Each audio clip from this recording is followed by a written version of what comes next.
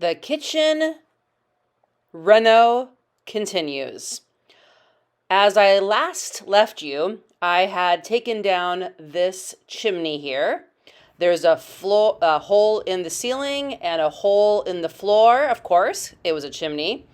And the drywall needs to be patched, and the bricks that are very crumbly need to be stabilized.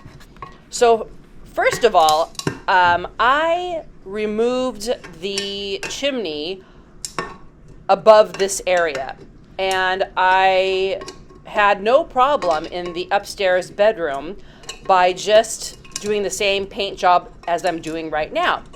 So this is Varathane's, I think it's a kind of lacquer, you'll see the picture of it. And this is to help with the ash and to keep all of the pieces of the brick stabilized.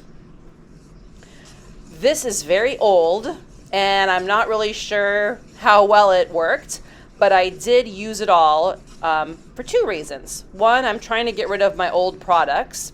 And number two, when I used this before, it really helped with all the little pieces of mortar and bricks from falling apart when I then later put on the Zinsser Bin Kills white paint, which you'll see a little bit later on. Now, the reason why I have taken down this chimney is because it was just dead space. My mom had a pegboard for some items that she used, but my goal is to put up a sliding pegboard that will be hidden unless you slide it out. And then also I have already purchased a small cabinet that has 3 drawers because I think that everybody needs drawers. I bought that at the Restore here locally, and I will be doing a video about revamping that and making it all clean and tidy. So right now below the ladder, you can see a piece of wood that is protecting things from falling down into the basement. We do use all 3 floors of our home. Downstairs, there's an office and other things like the laundry facility. So if things fall downstairs, it becomes messy downstairs. So this is the Varathane lacquer that I'm putting all over the brick. And I think that it's turning so dark, whereas before when I did this about 3 years ago, it did not, because I think it's old and the color had changed to be a darker color in the container. Anyway, so I thought I'd use it all up. And it's very interesting because I always thought of brick as being a very stable kind of product to use, but they can cure bricks in different ways. So this one, if it gets too much pressure on it, it just disintegrates. And so I will be using the ones that I took down already to just trim around the yard a little bit to make it look pretty and things like that. But it just, over time, falls apart. So I found that very interesting. Now also, inside here, there's a circular part that's very dark, and that is where I really couldn't remove the soot very well. This house was built in 1909, and there was a potbelly stove down on this floor, as well as up one more floor where there used to be 3 bedrooms, and now there's 2 bedrooms and a very large bathroom. There was no heating back in the day, and I believe it was heated, no electric heating or gas heating. It was all by coal. So when I was taking the chimney down, I actually found some little coal pieces, and I thought, wow, that's pretty cool. It's been here more than 100 years. So what I'm doing first is I'm making sure that the pieces of brick won't fall down on me or get in the paint. So I did this step first. Underneath, you'll see some wood. I put that up because underneath that area, the bricks just started falling out. Upstairs in the bedroom, that was not a problem. Everything stayed very stable, so I have no idea what the difference is. Sadly, on the other side where the circle is, with all of the pounding and using the hand jackhammer, the other side of the wall got a little bit damaged, which nobody noticed for about a week. And so one of my next projects will be fixing that. Yeah. Now this is Zinzer Bin's Kills, and you will see that it's a little bit gloopy. Kind of looks like cottage cheese a little bit. And that's because, once again, this is very old. My father is in his early 90s now, and he hasn't really been using any of this, and I was living overseas until just recently, so I'm trying to use up all the products. Now, this is not going on anywhere beautiful. If there's little pieces that fall out, I don't care. It's still usable, and the wall now has been painted for about a week after using this, and it's just fine. So I did use up all of this stuff, so that's good. And the reason why I'm doing this is because I want to paint the brick area the same color as the wall. But I found out that nobody knows the color of the wall, so I had to go to the store and buy some new paints, and I found a container that's tinted for $20 instead of $44, so I'm very happy about that. Now, if you see on the right of my hand, that's the big circle where the potbelly stove would have connected, and it's a big hole. So I don't show you in this video, but I did take some drywall that I purchased for the ceiling. That was an extra piece. And there is a guy in Canada who has been on YouTube for years. I think he started in 2008 or earlier, whenever YouTube started. And he is a DIY guy. Anyway, he's really great. And he talks about patching holes.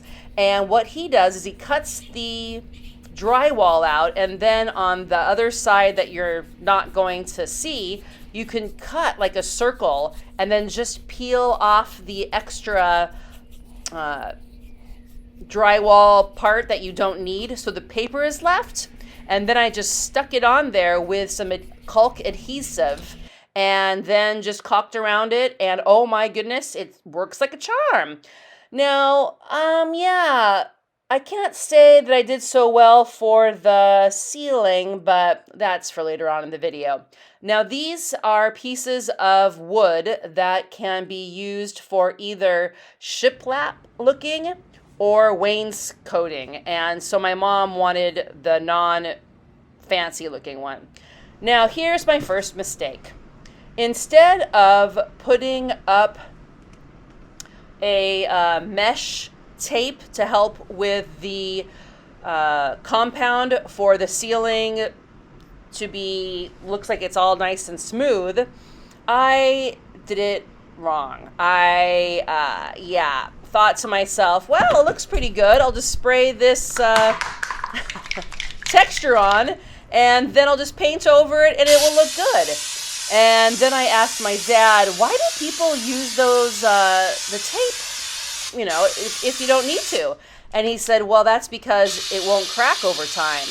And then I realized my problem. So because I didn't put the net down first and then put the adhesive over it, yeah, it's pretty thick later on. Now this is my mist-tinted paint, and I love it. I love all the mist-tinted paint that I always get from Lowe's. And because this house was built in 1909, it was a little bit breezy. So my father put 4 holes in part of the wall and sprayed in some insulation. So I'm going around first of all to paint some little touch-ups that I did, which this is one of them right here. And when it dries, it'll be the same color as the paint. And then the next area that I'm going to paint is where I also did some touch-up for some rust. My dad put little seals over where he put the holes for the insulation over here. So it's really helped with keeping the house warm, but it looked really bad. So I thought I would just paint this with the new paint color. I would tell you the paint color, but I have no idea. When any kind of store like Lowe's or Home Depot get a return on a paint, they will either add a little bit of white or a little bit of black to change the color so the people can't come in the next day and get it on half price. So whatever this was originally, they changed the color. It is Sherwin-Williams. And when I asked the young lady who was working today for a sample of another paint I needed, I did ask her what she thought was the best paint, and she said, well, I think Sherwin-Williams. So I went, oh, great. So it was a mist-tinted Sherwin-Williams, and I love the color. It's kind of beigey with a little bit of purpley color, but not really, but just a little bit that I can see it. So I like it a lot. I only painted this once, but I have to go back later and do it. So now I am also going to paint over the Zinzerbins 1, 2, 3 Kills with the color that I chose. And you can see the difference. So the wall was originally a little bit yellow, more yellow. And now it's a little bit warmer in color. Also, you can see right there where I'm painting, that is the drywall that I put on there to cover up the hole. And sometimes, I'm sorry to say, I'm just so engrossed with doing the project that I forget to videotape. And so, sorry about that. I would say that I have done all of this work. When my father helps me, it does get done a little bit better. But sometimes I don't want explanations, and so I just do it the way I want to do it. And it usually turns out well. My poor father hurt his back a long time ago. He went to a doctor, and they did something and cracked a rib. And ever since then, every once in a while, his side hurts. It's too bad that they really can't do anything with hurt ribs. Yeah. So I'm painting the wood here, and my father, yeah, he's very helpful. Also, you can see on the right-hand side, I'm leaving that area open because my father and I are going to build a slide-out little part. So here is the all-purpose light compound that we use for the ceiling. Yeah. And this is where I say to myself, if I would have put the mesh on right here and then done it, I think it would have looked a lot better. And once you paint something like this or put the spray on texture, it's done for. Anyway, so my motto is nobody's perfect, and I know. I am going to put a shelf right where the brick ends, and then I'm going to put a crawling plant up there. So now you can see a professional came in. I'm working with a local floor company, and they came and put in the floor that they're going to need when they put in the hardwood floors that have been back ordered now for 2 weeks. Here is what I should have used first. So this is the tape that you put underneath of all the compound so that way it doesn't crack in the future. So yes, this was where I totally messed up. On one side, really it doesn't look too bad, but the other side does look pretty bad. So as I was saying, I'm going to put a shelf. And then I'm going to put the little wandering plants. And that way it'll kind of cover up the bad ceiling. Now I'm adding this part about the tape because this is why it takes me forever to get things done sometimes. Where does this tape unravel? Really?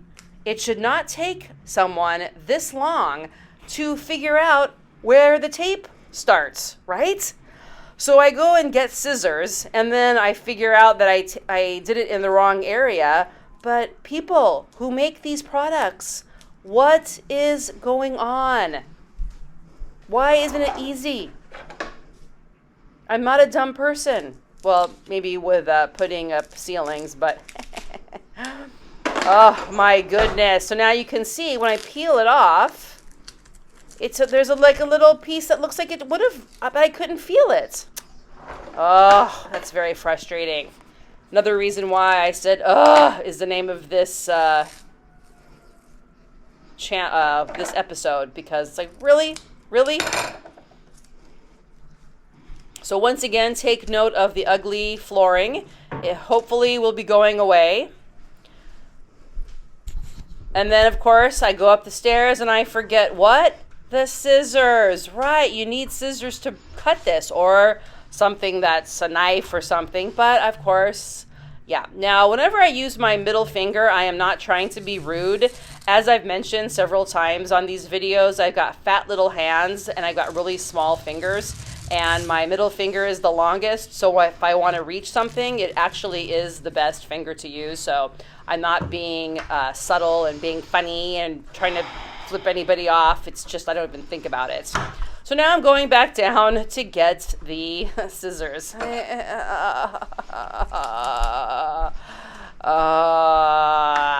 a good thing I like projects, because sometimes I just roll my eyes at myself and I say, oh my goodness.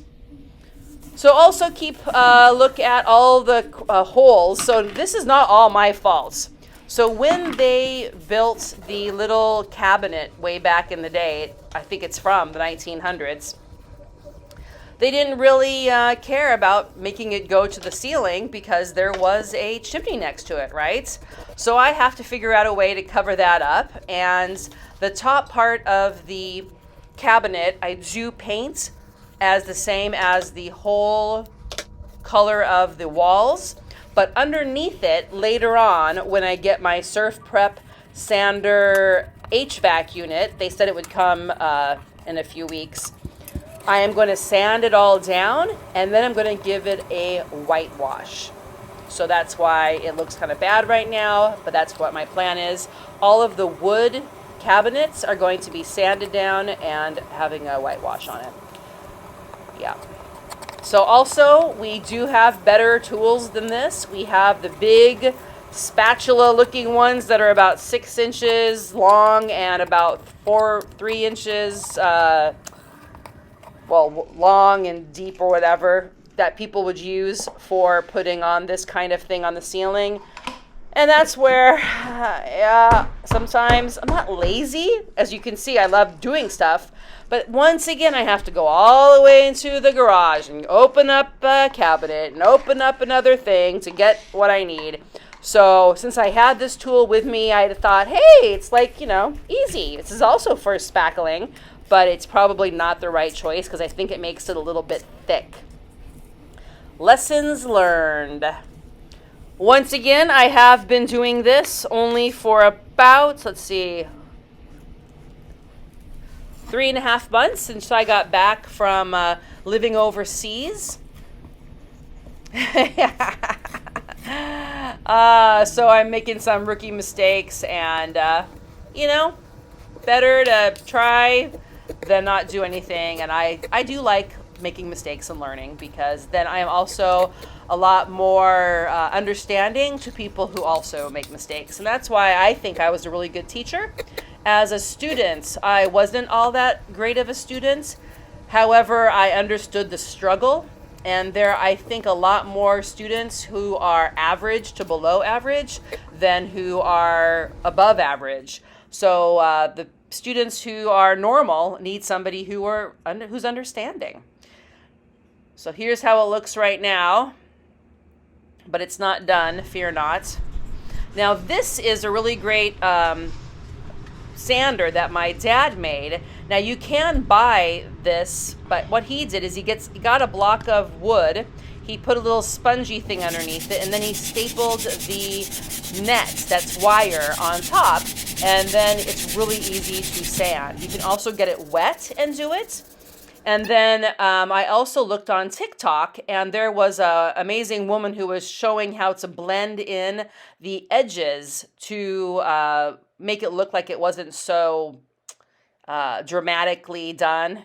And I know I could have spent a lot longer on sanding this, but the yellow part of the tape started to show.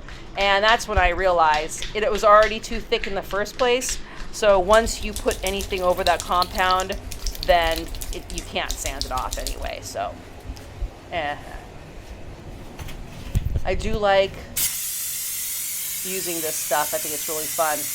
I had my husband's friend, he moved and he hired me a long time ago to fix up all of his drywall, which you might find funny. But I did a really good job for patch jobs, and I used this for the first time, the spray-on texture. I thought it was so much fun. So now I'm using wood to fix the weird parts, like this gap right here. Once again, there was a chimney next to this, so there was no weird looking gap. And the reason why I'm looking away is because, I don't know why, but every time I use this tool, I kind of look away from, I don't know why, because it's so noisy. But then I realized that the very bottom cracked a little bit right there. So not such a good job. So this quick adhesive caulk is the best in the world. So not only is it an adhesive, so it's like a glue that will help stick things on so they don't fall apart, but also it makes the lines of things look so nice, and it's paintable. I love this. If quick people ever want to hire me to go around showing people how totally awesome this is, oh my goodness, I would do it for a per diem and all the quick stuff I could use. And today when I went to Lowe's, there were only 4 of these little squish containers left. There is the one that you can use the caulking gun, but I don't like those. They're too obnoxious. But the ones that you squish with your fingers is the best. Now I am trying to figure out which kind of trim do I want to use to hide that gap. And back to the quick, I don't even know the name of it, quick caulk. Yeah, so what I did is that because this gap was so big, I put some of the quick caulk at the very back of it. I smushed it up there. I used one nail because everything else wouldn't fit, and it stays up like a champ. And then I put another piece of wood up, and here's my handiwork up to now. On the left-hand side, I also put a L-shaped piece of wood to go around where the bricks were now gone. And then above it, I used another kind of trim to fill in the gap. Now I've painted it. Once again, the right-hand side is going to be where I have a pull-out sliding thing, and that's the new paint color. Yeah, it has to get fixed later on. Don't worry, I don't think this is all the way done, but for now, it's fine. And here's another view of it. It's not horrible. And the ceiling has to get new lights and everything too. So that's my up-to-date project. More to come. Please subscribe. Bye-bye.